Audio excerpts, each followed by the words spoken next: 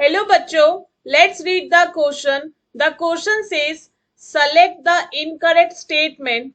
First, viscosity is a measure of resistance to flow which arises due to the internal friction between layers of fluid as they slip past one another while liquid flows. B. SI unit of viscosity coefficient is 1 Pascal second per meter cube. C. Glass is an extremely viscous liquid. D. Viscosity of liquid decreases as the temperature rises. ठीक है बच्चा, इस question में वो आपको viscosity से related उसने 4 points दे दी हैं और आपको ये बताना है कि इसमें से कौन सा पॉइंट इनकरेक्ट है.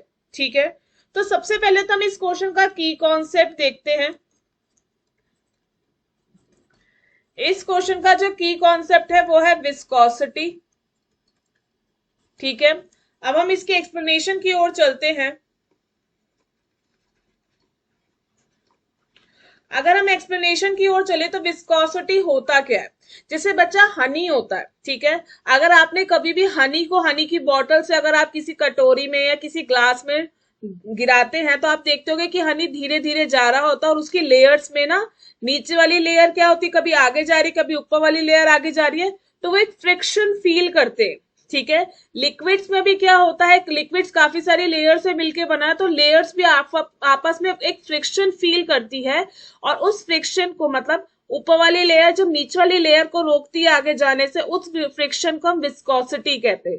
ठीक है, तो बच्चा फर्स्ट स्टेटमेंट में आपको बोल रखा viscosity is a measure of resistance to flow which arise due to the internal friction between layers of fluid. Fluid मतलब जो भी ऐसी चीज जो बहती है, जैसे चाहे लिक्विड हो जाए चाहे वो गैस हो. ठीक है, गैस में भी विस्कोसिटी समटाइम्स फील होती है as they slip past one another while liquid flow.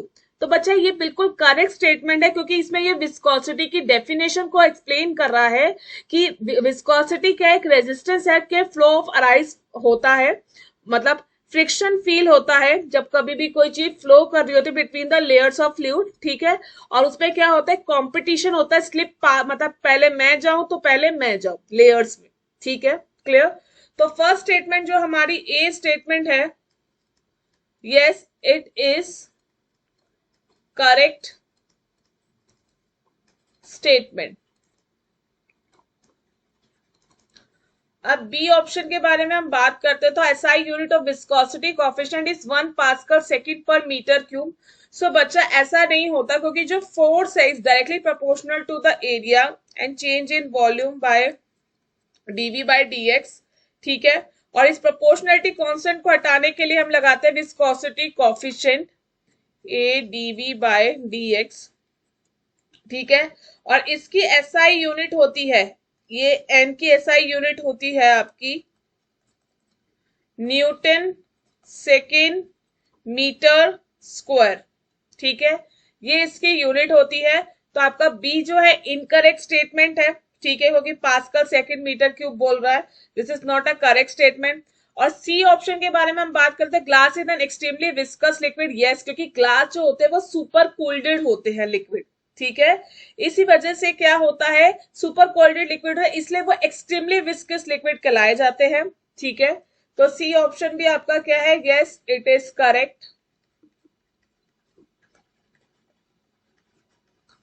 और डी ऑप्शन में उसमें आपको ये मेंशन किया viscosity of liquid decreases as the temperature rises. Yes, because kinetic energy molecule की इंक्रीज कर जाती है जिसके बीच में जो पार्टिकल्स के बीच में फोर्स ऑफ अट्रैक्शन है वो वीकन हो जाता है, इसलिए टेम्परेचर राइज करने से विस्कोसिटी ऑफ लिक्विड क्या हो जाती है, डिक्रीज. ठीक है, yes it is correct because kinetic energy increases which decreases the force of attraction between particles.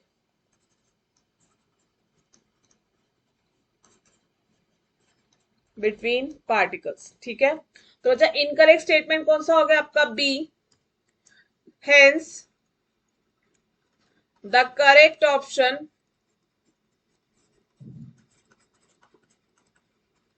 is B. I hope you understand. Best of luck.